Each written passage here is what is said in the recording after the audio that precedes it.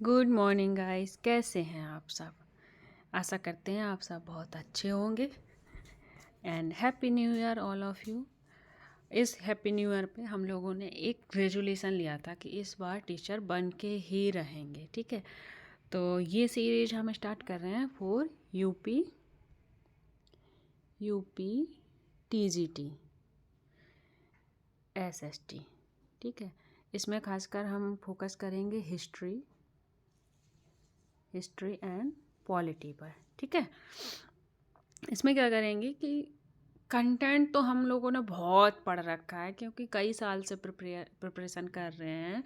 तो बहुत सारी बुक्स, क्लास, कोर्स, बहुत सारी चीज़ों से प्रैक्टिस, मतलब कंटेंट हमने पढ़ा है, नोट्स बना रखे हैं, पर हमने क्या किया है, उसकी प्रैक्टिस नहीं की है, ठीक है। तो उसकी प्रैक्टिस के लिए हमने ये सीरीज स्टार्ट की है। इसमें जो हमारा यूथ पब्लिकेशन के जो PYQ आते हैं ना सारे, उसमें TGT, PGT, LT ग्रेड और इवन जो GIC, GDA, मतलब जितने भी एग्ज़ाम हुए हैं ना हिस्ट्री पॉलिटी के, UP TGT के लिए रिलेटेड जो भी अच्छे इंपॉर्टेंट क्वेश्चन दिए रहते हैं यूथ में, उसी का मैं ये सीरीज स्टार्ट की है। उसी बुक से ये सीरीज स्टार्ट की है।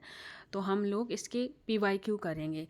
इसमें हिस्ट्री में मिनिमम 14,000 के समथिंग क्वेश्चन है और पॉलिटी में 11,000 के समथिंग क्वेश्चन है। गाइस सोचो, इतने क्वेश्चन को हम लोग सॉल्व करेंगे और उनका एनालिसिस भी कराऊंगे यानी इसी वीडियो में। तो हमारी जो तैयारी है ना बहुत अच्छी हो जाएगी, ठीक है। तो अगर आप लोग इंटरेस्टेड हैं तो प्लीज़ चैनल को सब्सक्राइब करें एंड लाइक करें। और आप लोग ये बता देना कि मतलब कैसे क्या करना है, कितने क्वेश्चन सॉल्व कराऊँ, कितने घंटे की क्लास होगी, ये और PDF वगैरह सब आपको मिल जाएगी। आपको बुक लेने की कोई ज़रूरत नहीं है, ठीक है। चलो, तो पहले हम इस सीरीज को स्टार्ट करते हैं, फिर बाद में थोड़ी सी बात करेंगे। Okay guys, let's start. तो पहला क्वेश्चन है प्रधान संस्कृति टीलों में। इसका पहला ऑप्शन है कई महत्वपूर्ण पुरातात्विक संस्कृतियाँ उत्तरोत्तर में पाई जाती हैं। कई पुरातात्विक संस्कृतियों का प्रदर्शन तो है, पर उनमें से केवल एक संस्कृति प्रधान होती है। नंबर C है हमारा, केवल एक महत्वपूर्ण संस्कृति पाई जाती है। लास्ट ऑप्शन है एक प्रमुख धार्मिक स्मारक का होना अनिवार्य है। तो गाइस इसका हमारा आंसर होगा B। Answer is B। कई पुरातात्विक संस्कृतियों का प्रदर्शन तो है, पर उनमें से केवल एक संस्कृति प्रधान होती है। तो इसका हम देखेंगे एनालिसिस, ये रहा, ठीक है। इसमें हमने क्या किया कि कुछ पढ़ा है तो उसमें अंडरलाइन करके रखा है मैंने, ठीक है। तो इसमें क्या है, टीलों के नीचे पुरानी बस्तियों एवं संस्कृति के अवशेष पाए जाते हैं। जो एक मिनट गाइस, हम हाईलाइट करते जाएंगे जिससे आपको पढ़ने में प्रॉब्लम। तो क्या है, जो टीले होते हैं ना, जो खुदाई हुई हैं, उनके नीचे हमें बहुत ही पुरानी बस्तियों एवं संस्कृति के अवशेष पाए जाते हैं। ये संस्कृतियाँ कई प्रकार की हो सकती हैं। एकल संस्कृति भी हो सकती है। कैसी कैसी हो सकती है? एकल संस्कृति भी हो सकती है, एकल संस्कृति, मुख्य संस्कृति, बहु संस्कृति।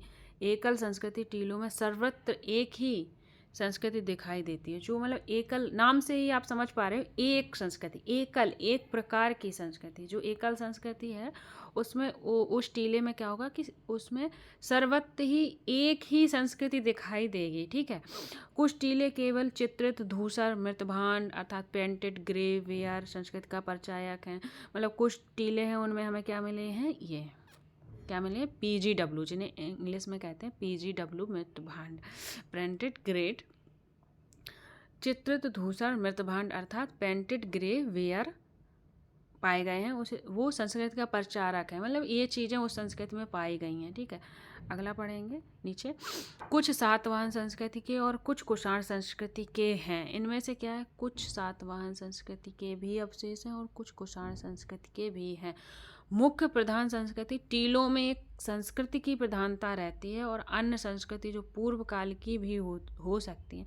मतलब जो मुख्य प्रधान संस्कृति में क्या होता है, जो एक प्रधान संस्कृति होती है उसमें किसकी प्रधानता होती है, मुख्य प्रधान संस्कृति। टीलों में एक संस्कृति की प्रधानता रहती है, जैसा कि हमने अभी अपना ऑप्शन में टिक किया है। मतलब प्रधान संस्कृति टीलों, जो प्रधान संस्कृति होती है तो उसमें किसकी महत्ता होती है, उसमें क्या होता है, कई पुरातात्विक संस्कृतियों का प्रदर्शन तो है पर उनमें से केवल एक ही संस्कृति प्रधान होती है। अन्य संस्कृतियां जो पूर्व काल की भी हो सकती हैं और उत्तर काल की भी हो सकती हैं। मतलब जो संस्कृतियां हैं वो पूर्व मतलब पहले की भी हो सकती हैं और जो बाद में डेवलप हुई हैं वो संस्कृतियां भी हो सकती हैं, जैसे कि ये पूर्व काल की भी हो सकती हैं और उत्तर काल की भी हो सकती हैं। बहुसंस्कृति टीलों में उत्तरोत्तर अनेक संस्कृतियां पाई जाती हैं।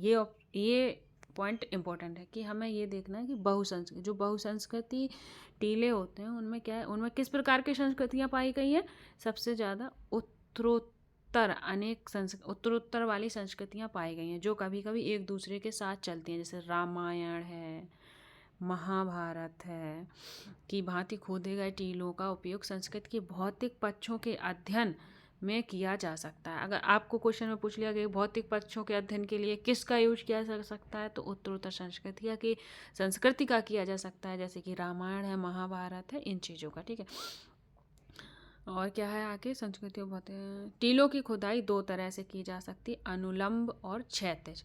टीलों की अगर उसमें क्वेश्चन आ गया कि टीलों की खुदाई कितने प्रकार से की जा सकती है तो हम आंसर दे सकते हैं दो प्रकार से। कैसे, अनुलंबित और क्षैतिज। मतलब अनुलंबित ऐसे हो सकती है और क्षैतिज ऐसे होगी। ठीक है, अब बढ़ते हैं हम अपने अगले क्वेश्चन पे गाइस। नेक्स्ट क्वेश्चन है निम्नलिखित में नवपाषाण युग के स्थलों में हड्डियों से बने औजार कहाँ पाए गए हैं। तो आपको बताना है कि जो नवपाषाण युग के स्थल थे उनमें से हड्डियों के बने औजार कहाँ पाए गए हैं। हड्डियों से बने औजार कहाँ पाए गए हैं। ऑप्शन है तुम्हारा, number 1 Gufkral, number 2 Sarutaru, number 3 Chirand and last Daojali Hading. बताइए गाइस इसमें से कौन सा सही आंसर होगा। तो ये रहे आपके ऑप्शंस, चारों, या फिर ए और सी, या फिर बी सी डी, और या फिर ए सी डी। तो इसका राइट आंसर होगा ऑप्शन नंबर बी। कौन सा आंसर है आपका, option number B. Options number B में कौन सा, ए और सी। तो हमारे जो हड्डियों के बने औजार कहाँ कहाँ पाए गए हैं, गुफकराल और चिरांद में। ठीक है, नवपाषाण युग के स्थलों में हड्डियों से बने औजार कहाँ कहाँ पाए गए हैं, गुफकराल और चिरांद में। गाइस ये टॉपिक ना बहुत इम्पोर्टेंट है क्योंकि इससे क्वेश्चन आता ही आता है। इसका अब हम एक्सप्लेनेशन देखेंगे। इतिहास का विभाजन कितने काल में हुआ है, आपको तो पता है 3 काल में। कौन कौन से 3 काल में, नंबर 1 इतिहास का विभाजन 3 काल में हुआ है। नंबर 1 कौन सा है हमारा, प्रागैतिहासिक काल। नंबर 2 आदि ऐतिहासिक काल। हार्ड हो रहा है थोड़ा सा, और कम करेंगे। ठीक है, सॉरी गाइस।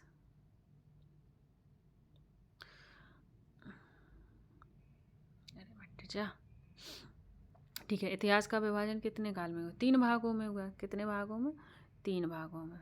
ये देखो, नंबर 1 प्रागैतिहासिक काल, नंबर 2 आदि ऐतिहासिक काल, नंबर 3 ऐतिहासिक काल। ठीक है, प्रागैतिहासिक काल की परिधि में नवपाषाण कालीन सभ्यता आती है। जो भी प्रागैतिहासिक काल है ना, प्रागैतिहासिक काल है, उस परिधि में कौन सी कालीन की सभ्यता आती है, हमारी नवपाषाण कालीन सभ्यता। नवपाषाण कालीन निम्नलिखित स्थलों से हड्डियों के बने औजार मिलते हैं जिन्हें गुफकराल और चिरांद कहते हैं। क्या कहते हैं, गुफकराल और चिरांद कहते हैं। ठीक है, और पढ़ेंगे गुप्त कराल, गुप्त कराल के बारे में पढ़ेंगे। यह स्थल कहाँ पर स्थित है? कश्मीर प्रांत में। ये भी हमें बहुत इंपॉर्टेंट है, याद रखना पड़ेगा क्योंकि हमसे स्थान भी पूछ सकता है। तो गुप्त कराल का स्थल कहाँ स्थित है? कश्मीर प्रांत में स्थित है। इसकी खुदाई 1981 में किसने करवाई थी? A.K. शर्मा ने करवाई थी। तो गुप्त कराल के बारे में हमें क्या याद कर रखना है कि कहाँ स्थित है? कश्मीर प्रांत में। इसकी खुदाई कब हुई थी? 1981 में। और किसने कराई थी? A.K. शर्मा ने करवाई थी। यहाँ से भेड़, बकरी, जानवरों की हड्डियाँ तथा उनके बने उपकरण प्राप्त हुए हैं। तो किसकी हड्डियाँ मिली हैं? ये भी ध्यान रखना है। भेड़, बकरी आदि जानवरों की, किनकी? जानवरों की हड्डियाँ मिली हैं। उनके बने उपकरण प्राप्त हुए हैं, जैसे हड्डी की बनी सुई, इम्पोर्टेंट क्वेश्चन, हड्डी की बनी सुई। यहाँ के उपकरण ट्रैप, पत्थर पर बनी कुल्हाड़ियाँ। उपकरण में क्या है? ट्रैप, पत्थर पर बनी कुल्हाड़ियाँ। ठीक है, और क्या है आपका? बांसुली, देखो बांसुली भी पूछ सकता है। खुरपी, छेनी और कुदाल। ठीक है, आगे पढ़ेंगे चिरांद के बारे में। चिरांद मध्य गंगा घाटी स्थल पर महत्वपूर्ण नवपाषाणिक स्थल है। चिरांद बिहार के छपरा जिले में है। तो हम इसमें क्या याद रखेंगे? चिरांद कहाँ है? बिहार के छपरा जिले में है। और कहाँ? गंगा घाटी स्थल पर स्थित है। ठीक है गाइस, अब हम बढ़ते हैं नेक्स्ट क्वेश्चन की ओर।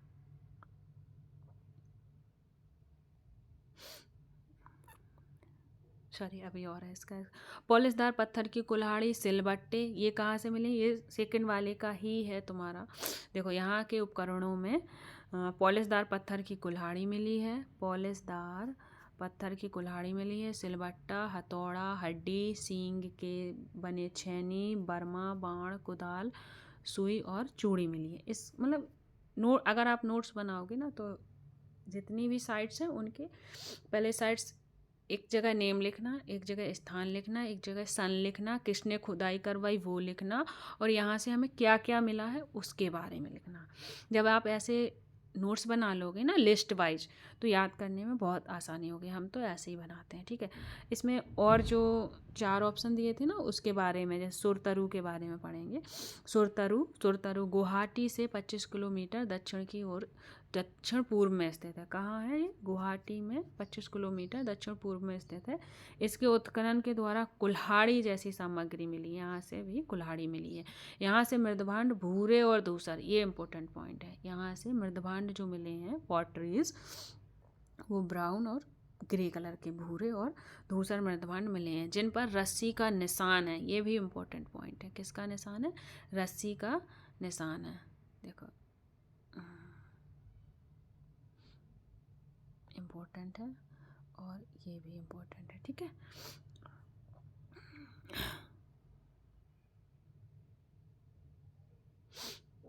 ठीक है। नवपाषाण कालीन स्थल है, यह भी एक नवीन नवपाषाण कालीन स्थल। एक तो गाइस आपको क्या करना होगा, जितने भी नवीन पाषाण कालिक और मध्य पाषाण और जितने भी जे अलग अलग, इनको लिख लेना कि नवपाषाण कौन से हैं स्थल, मध्य पाषाण कौन से हैं, और हम अपन सिंधु घाटी सभ्यता पढ़ेंगे उसमें भी कौन से, ये सारे पढ़ें।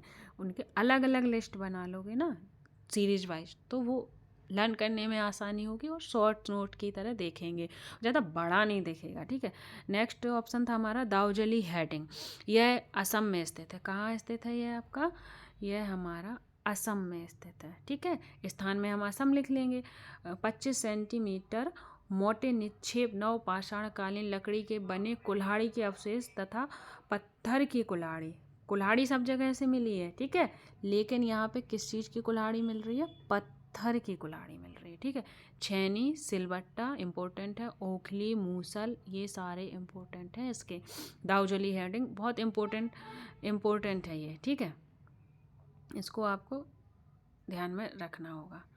ठीक है, ये देखो यहाँ पत्थर की कुल्हाड़ी मिली है, छेनी, सिलबट्टा, ओखली, मूसल, इम्पोर्टेंट है ये। ठीक है, इसको ध्यान में रखना, यहाँ पढ़ने में आसानी हो जाएगी आपको। ठीक है, ठीक है।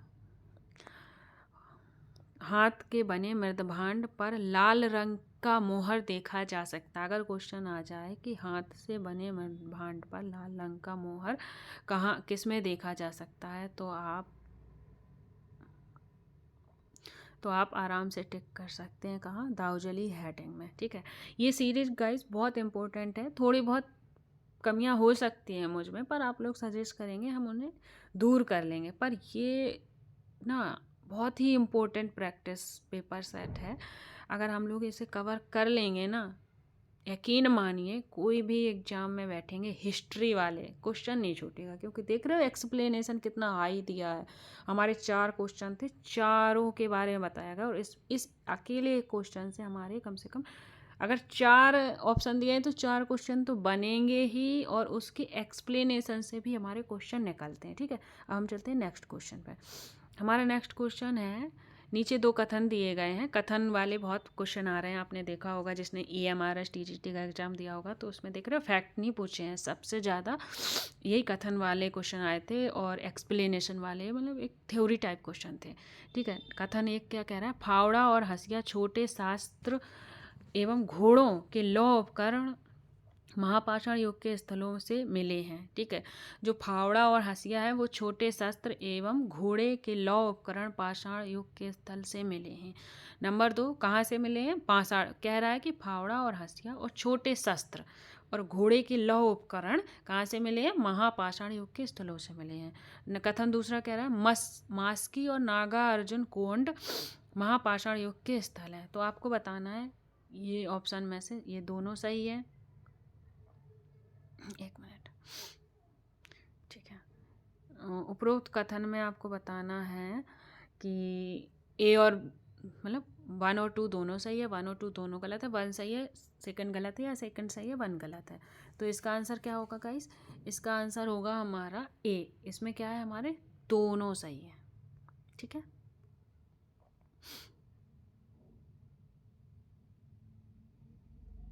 दोनों सही है। कौन सा क्वेश्चन, ए, इसमें हमारे दोनों सही हैं। अब हम इसकी एक्सप्लेनेशन देखेंगे। ठीक, नंबर नवपाषाण युग की समाप्ति के पश्चात, नवपाषाण युग की समाप्ति के पश्चात,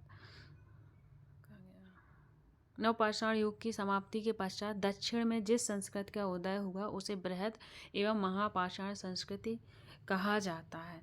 तो हम देखो ये क्वेश्चन ये भी बन सकता है कि जो बृहद और महापाषाण संस्कृति थी उसका उदय किस दिशा में हुआ है, तो हम बता सकते हैं ना, दक्षिण में। ठीक है, नवपाषाण युग की समाप्ति कब हुआ, पूछेगा कब हुआ, तो नवपाषाण युग की समाप्ति, नवपाषाण युग की समाप्ति के पश्चात दक्षिण में जिस संस्कृति का उदय हुआ उसे क्या कहते हैं, बृहद या महापाषाण संस्कृति कहा जाता है।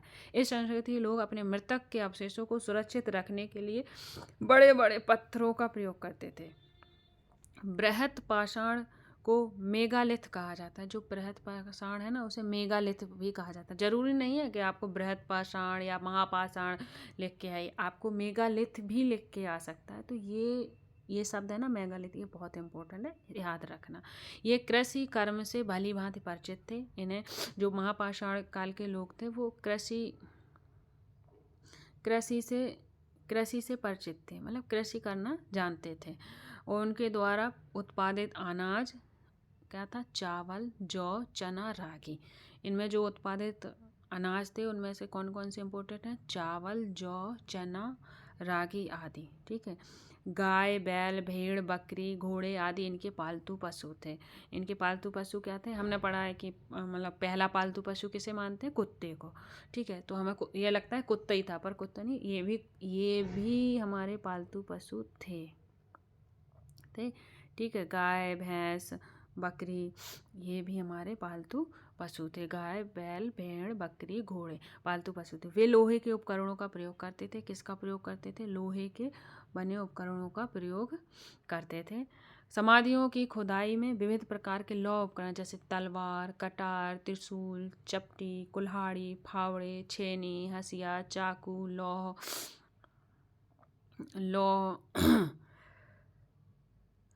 चाकू, भाला आदि पाए गए हैं। क्या क्या, तलवार, कुल्हाड़ी, फावड़ा, छेनी, हंसिया, चाकू, भाला आदि पाए गए हैं। साथ ही छोटे शस्त्र, घोड़े के लौ उपकरण भी मिले हैं, जैसा कि ऑप्शन में दिया गया था। क्या, छोटे शस्त्र और घोड़े के उपकरण भी मिले हैं इससे। ठीक है, आगे भी है। महापाषाण युग से संबंधित बहुत से महापाषाणिक स्थल मिले हैं जिसमें कर्नाटक से मस्की। देखो अब आपको क्या करना है, एक जगह लिखना है महापाषाणिक स्थल। जहाँ लिखोगे ना, जो हमने लिस्ट बनाई थी नवपाषाण युग, महापाषाण काल के स्थल और सिंधु घाटी सभ्यता के स्थल में, हम ये स्थल एक जगह लिख लेंगे अलग अलग। इससे क्या होगा, हमें पढ़ने में आसानी होगी। और फिर बाकी तो आप बहुत समझदार हैं, हमसे भी अच्छा लिखा होगा। ठीक है, तो कर्नाटक से हमें क्या मिला है, मस्की, ब्रह्मगिरी, हल्लूर। ठीक है, तथा आंध्र प्रदेश से नागार्जुनी कोंड और कदम्बरपुर आदि महत्वपूर्ण स्थल दिए हैं। ठीक है, तो हमारा कौन सा आंसर सही हो गया इसमें? हमारा आंसर सही है पहला ए। ठीक है, ये दोनों कथन सत्य है। नेक्स्ट क्वेश्चन एक मिनट का। ठीक है, इसमें से ताम्रपाषाण युग का कौन सा स्थल राजस्थान में स्थित है? देखा, आगे आना स्थान से। ये मतलब ये चैप्टर ना बहुत ही इम्पोर्टेंट है। इसके हमने आपको बताया स्थान, सन, किसने खुदाई करवाई, ये सब चीज़ आपको बहुत अच्छे से याद करके रखना है। तो क्वेश्चन क्या कह रहा है, इसमें से ताम्रपाषाण युग का कौन सा स्थल राजस्थान में स्थित है? कहाँ स्थित है? हमारा राजस्थान में स्थित है। तो बताइए गाइस, कौन सा आंसर होगा हमारा? आंसर इज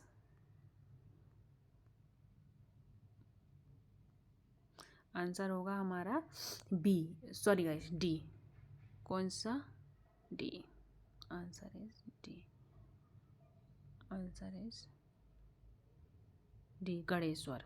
राजस्थान में कौन सा स्थल है ताम्रपाषाण युग का? देख रहे हैं, ताम्रपाषाण युग के भी आपके स्थल अलग अलग हैं, उन्हें भी अलग लिखना। तो ताम्रपाषाण युग का राजस्थान में जो स्थल है वो है हमारा गणेश्वर स्थल। ठीक है, अब हम इसका एक्सप्लेनेशन देखेंगे क्या है। आगे होगा, सॉरी,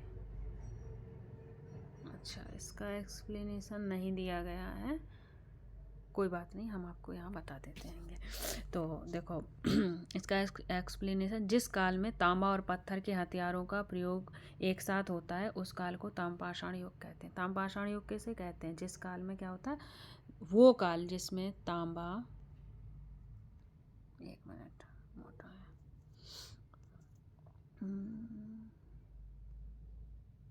पतला कर लो थोड़ा। ठीक है, वो काल जिसमें क्या है, तांबा, लोहा, तांबे लोहे के हथियारों का प्रयोग एक साथ हुआ है, मतलब इनके हथियारों का प्रयोग एक साथ हुआ है। ठीक है,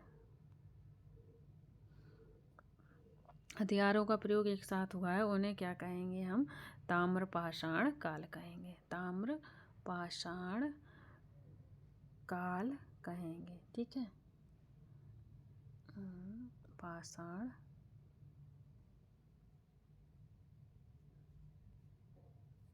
काल कहेंगे। ठीक है, आप शॉर्ट नोट बनाया करो ना, तो पूरा मत लिखा करो समझने के लिए। अब देखना, ताम्रपाषाण किसे कहते हैं? जिसमें तांबा और लोहा के हथियार एक साथ यूज हो, उसे ताम्रपाषाण काल कहते हैं। यह काल प्राक हड़प्पा तथा उत्तर हड़प्पा काल तक फैला है। कब तक फैला है ये? प्राक हड़प्पा और उत्तर हड़प्पा, यानी कि प्राक मतलब पूर्व हड़प्पा और उत्तर हड़प्पा तक फैला है। गार्डन चाइल्ड ने अपनी पुस्तक, गार्डन चाइल्ड की एक पुस्तक थी जो हम आपको लिखा दे रहे हैं, किसकी, सॉरी, गार्डन चाइल्ड।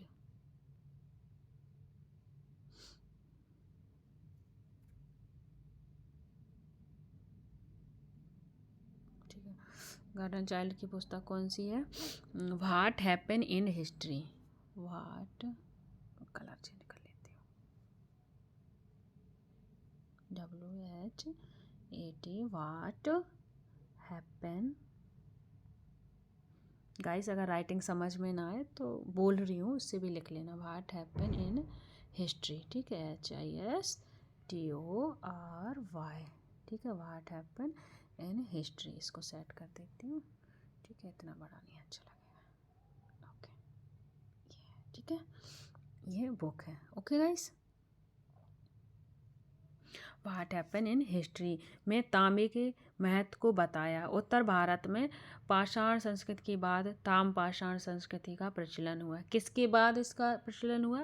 पहले हमारी पाषाण कालीन संस्कृति थी, उसके बाद हमारा ताम पाषाण कालीन संस्कृति का प्रचलन हुआ। जबकि दक्षिण भारत में पाषाण कालीन संस्कृति के बाद सीधे लौह काल की संस्कृति आई। दक्षिण भारत में पाषाण काल की संस्कृति के बाद कौन सी संस्कृति आई? सीधे वहाँ पर आई लौह संस्कृति, ना कि ताम पाषाण संस्कृति। इस चीज़ का ध्यान रखना। उत्तर भारत में पाषाणकालीन संस्कृति के बाद ताम पाषाणकालीन संस्कृति आई और दक्षिण भारत में पाषाणकालीन संस्कृति के बाद लौह काल की संस्कृति आई। और आप टेंशन नहीं लो, ये वाली पीडीएफ में ऐड करके डलवा दूंगी, तो आप ध्यान से पढ़ लेंगे, ठीक है। गणेश्वर सभ्यता, इसमें एक चीज़ के बारे में बताया गया है। गणेश्वर, जो हमने ऑप्शन दिया था ना, गणेश्वर सभ्यता, यह राजस्थान के सीकरे ज़िले में है। राजस्थान के सीकरे, आपसे जिला भी पूछ सकता है, सीकरे ज़िले में है, ठीक है। ये मैं पीडीएफ डलवा दूंगी, आप लोग अच्छे से पढ़ लेना, ठीक है। नेक्स्ट क्वेश्चन पे चलते हैं हम। क्वेश्चन नंबर 5, मध्यपुरा पाषाण काल के पाषाण उपकरण बने थे। अब ये पूछ रहा है जो मध्यपुरा पाषाण काल में जो उपकरण बनाए गए थे वो किससे बने थे? पाषाण उपकरण बने थे कोर से, ब्लेड से, फलक से, ताम्र से। किससे बने थे? तो ये हमारे बने थे फलक से, जैसा कि आप देख पा रहे हैं, इसमें शो हो रहा है, ठीक है। मध्य पाषाण काल में क्वार्टजाइट, किसके? क्वार्टजाइट पत्थरों के स्थान पर जैस्पर, चर्ट, फ्लिंट आदि के पत्थर प्रयुक्त होने लगे थे। इस समय उद्योग मुख्यतः सल्क से बनी वस्तुओं का था और इस समय के मुख्य औजार फलक, बेदनी, छेदनी और खुरचनी थे। फलक की अधिकता के कारण इस काल को फलक संस्कृति की संज्ञा दी जाती है। फलक एक प्रकार का औजार होता था जिसे पत्थर को तोड़कर बनाया जाता था। तो इसमें हम इम्पोर्टेंट पॉइंट कैसे याद रखेंगे, इसका ध्यान। सबसे पहले मध्यपुरा पाषाण काल में कौन से पत्थर के स्थान पर कौन से पत्थर का यूज हुआ? तो क्वार्टजाइट पत्थर के स्थान पर जैस्पर और चर्ट और फ्लिंट आदि के पत्थर प्रयुक्त हुए। तो आपको ध्यान रखना, क्वार्टजाइट नहीं हुआ है, जैस्पर, चर्ट और फ्लिंट यूज हुआ है मध्य पाषाण काल में। इस समय मुद्र उद्योग, जो आपका प्रमुख उद्योग था वो क्या था? सल्क से बनी वस्तुओं का उद्योग था। इस समय के मुख्य औजार फलक, बेदनी, छेदनी, खुरचनी थे। फलकों की अधिकता के कारण इस काल को फलक संस्कृति, ठीक है, मध्यपुरा पाषाण काल को फलक संस्कृति भी कहते हैं। इस मतलब जो अदर वर्ड दिए हैं ना दूसरे, उनको फोकस करना, क्योंकि अगर एग्जामिनर हार्ड करेगा ना तो अदर वर्ड डाल देगा और हम सोचेंगे ये तो मैंने पढ़ा ही नहीं है ना।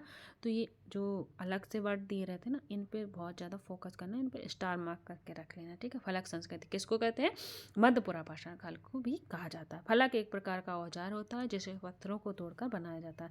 वो पूछ सकता है फलक क्या है, तो फलक औजार है, कैसे बनाया जाता है? तो ये हमारा पत्थरों को तोड़कर बनाया जाता है, ठीक है। Clear? Next question, sorry next question, एक मिनट गाइस, क्या हो गया ये,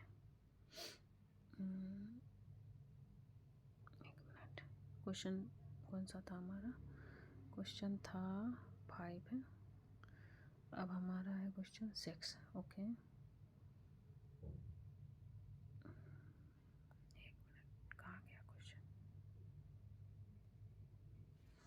सॉरी गाइस, 6 क्वेश्चन नहीं दिख रहा, कोई बात नहीं, नेक्स्ट टाइम ध्यान रखेंगे, ये गलती नहीं होगी। ये वाली स्लाइड भी मैं हटा देती हूँ, ठीक है। अब हम करते हैं क्वेश्चन नंबर 7, ठीक है। भीमबेटका में किस काल से पाषाण चित्रों का बनाना प्रारंभ हुआ था? हमें इसका आंसर देना है। भीमबेटका में किस काल से पाषाण चित्रों का बनाना प्रारंभ हुआ है?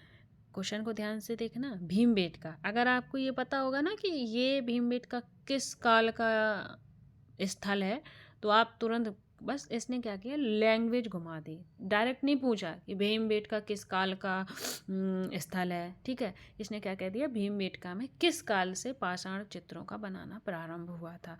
तो नंबर ए है मध्य पाषाण से, मध्यपुरा पाषाण से, ताम्र पाषाण से और नव पाषाण से। तो बताइएगा इस किससे हुआ हमारा? इसका आंसर होगा ए, आंसर इज ए मध्य पाषाण काल से। भीमबेटका में किस काल से पाषाण चित्रों का बनना प्रारंभ हुआ। पाषाण चित्र मतलब पत्थर के चित्र बनना प्रारंभ हुआ, तो वो किससे हुआ था? मध्य पाषाण से। ठीक है, इसका एक्सप्लेनेशन देखेंगे। जी ठीक है, कोई बात नहीं। ए आंसर क्या है? ए मध्य पाषाण युग का आरंभ कब से हुआ? 9000 ईसा पूर्व के आसपास हुआ था। मध्य पाषाण युग का आरंभ कब हुआ था? मध्यकाल के, एक मिनट, सही है आसपास हुआ था। भारत में मध्य पाषाण काल के विषय में जानकारी सर्वप्रथम, ध्यान देना बहुत इंपॉर्टेंट पॉइंट है, भारत में किसके बारे में पूछ रहा है? भारत में कब हुआ?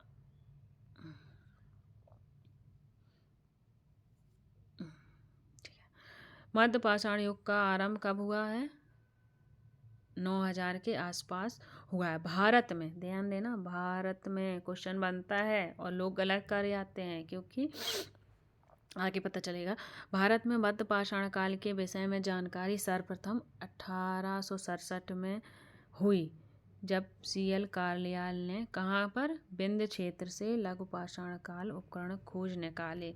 तो भारत में कब हुई मध्य पाषाण काल की जानकारी? कब मिली सर्वप्रथम? 1867 में। किसने निकाली? CL कार्लयाल ने विंध्य क्षेत्र से लघु पाषाण उपकरण खोज निकाले। इसके पुरास्थल राजस्थान, गुजरात, उत्तर प्रदेश, पश्चिम बंगाल, महाराष्ट्र, आंध्र प्रदेश, कर्नाटक एवं मध्य प्रदेश से प्राप्त हुए हैं। जो मध्य पाषाण काल है ना, इसके स्थल कहाँ से प्राप्त हुए हैं?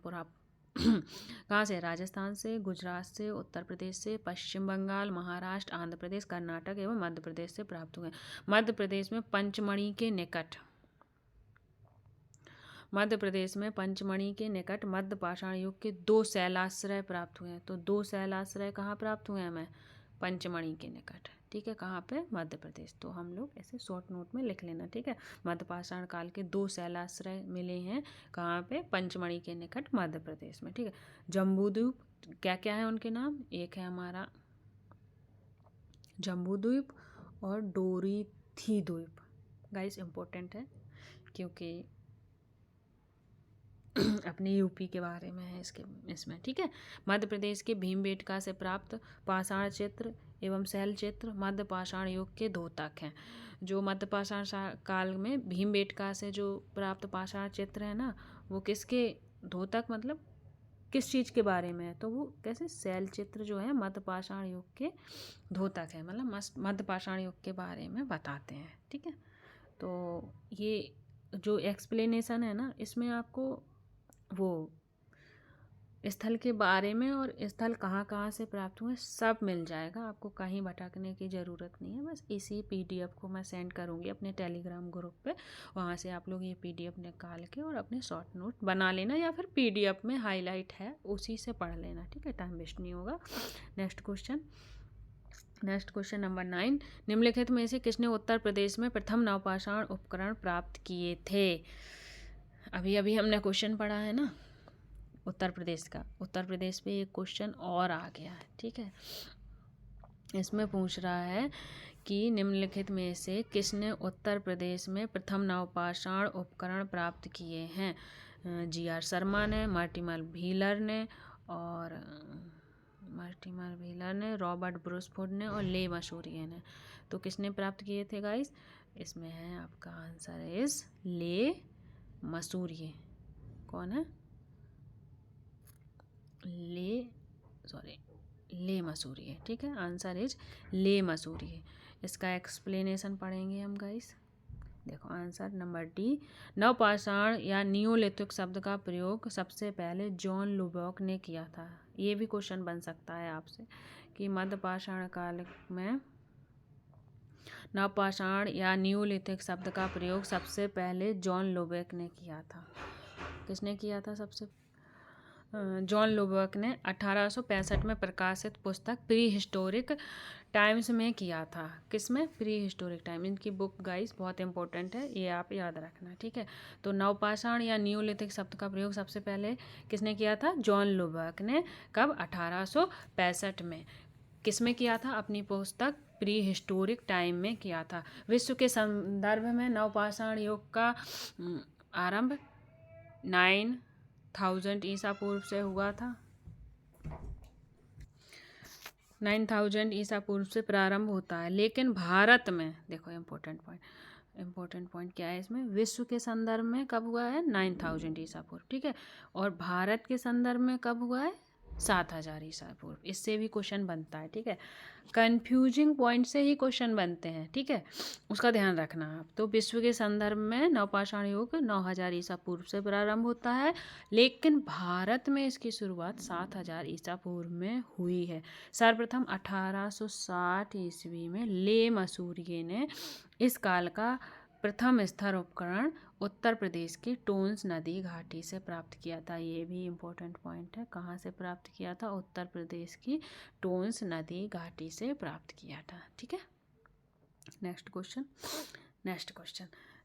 30 मई 1863 को रॉबर्ट ब्रूस फुट ने मद्रास के पास स्थित पल्लवपुरम से किस पुरापाषाणिक परंपरा के उपकरण खोजे थे, ठीक है। अगर आपका कॉन्सेप्ट क्लियर होगा तो आप इसका आंसर दे पाएंगे, है ना।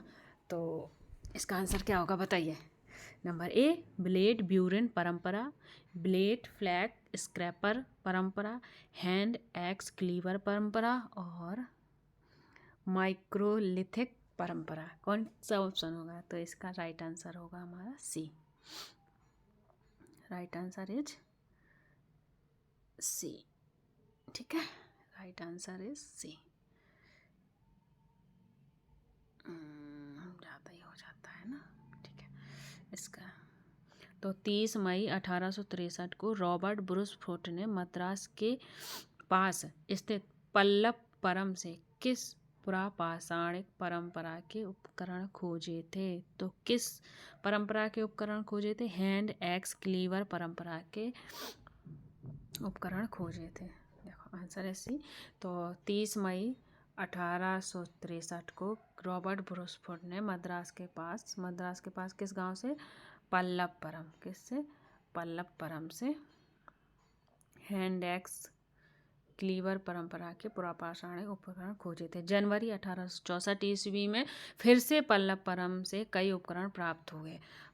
तो 1863 में रॉबर्ट ब्रूस फुट ने खोजे कौन से, मद्रास के पास पल्लवपुरम से हैंड एक्स क्लीवर परंपरा के स्थल खोजे, और 1864 में जनवरी 1864 में फिर मिले वहीं से उपकरण। कौन कौन से, एक तो संस्कृति हस्तकुठार संस्कृति को प्राप्त हुए, और हस्तकुठार संस्कृति को मद्रास संस्कृति या मद्रास उद्योग भी कहा जाता है। जो हस्तकुठार संस्कृति है उसे मद्रास संस्कृति और मद्रास उद्योग भी कहा जाता है। क्वेश्चन पूछ लेगा कि मद्रास संस्कृति किसे कहते हैं, तो हस्तकुठार संस्कृति को, या मद्रास उद्योग को किसकी संज्ञा दी जाती है, हस्तकुठार संस्कृति की, ठीक है। तो आप लोग ध्यान रखना। नेक्स्ट क्वेश्चन इज, देखो मैंने इसमें ऑफ कर दिया था। भारत में सर्वप्रथम पूर्व पाषाण कालीन उपकरण रॉबर्ट ब्रूस फुट को मिला था। अगर आपने एक्सप्लेनेशन या क्वेश्चन ही ध्यान से पढ़ा होगा तो इसका आंसर आसानी से दे सकते हो।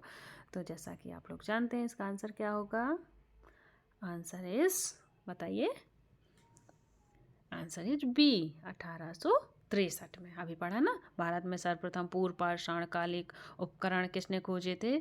अगर क्वेश्चन देखो इसमें सन पूछा है, कब पूछा है, पीजीटी हिस्ट्री 2005 में यूपी पीसीएस में। यूपी पीसीएस के बहुत क्वेश्चन एग्जाम में हमारे आते हैं, ठीक है। तो मैंने सारे ही क्वेश्चन लिए हैं क्योंकि ये इम्पोर्टेंट क्वेश्चन है, यूथ अच्छे क्वेश्चन देता है और सारे प्रीवियस ईयर है, PYQ है, और एग्जामिनर का दिमाग उसी के इर्द गिर्द घूमता है क्वेश्चन के, ठीक है, ध्यान रखना। तो हमें क्या करना है, नंबर ऑफ क्वेश्चन कितने हुए इस पर ध्यान मत दो, एक्सप्लेनेशन में क्या इंपॉर्टेंट पॉइंट है उनको हमें ध्यान देना, ठीक है।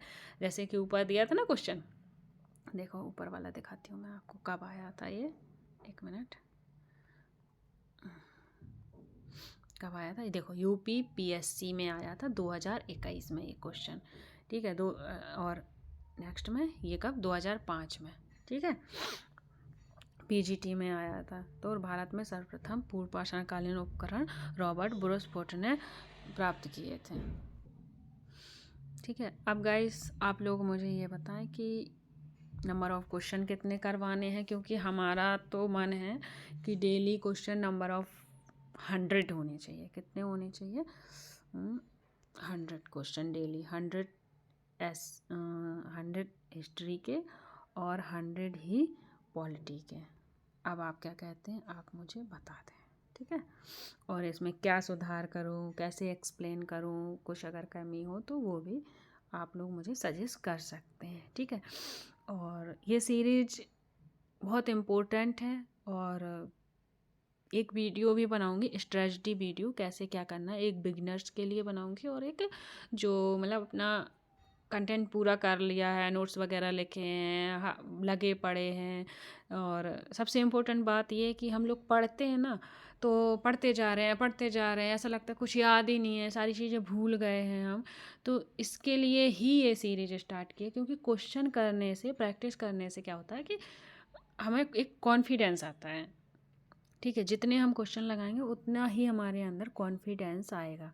और आप लोग बता देना नंबर ऑफ़ क्वेश्चन कितने करवाने हैं, स्लो चलना है कि फास्ट चलें, पीडीएफ कैसे क्या दूँ, ये सब आप कमेंट बॉक्स में आप हमें बता सकते हैं। ठीक है, thank you guys and again happy new year, bye bye.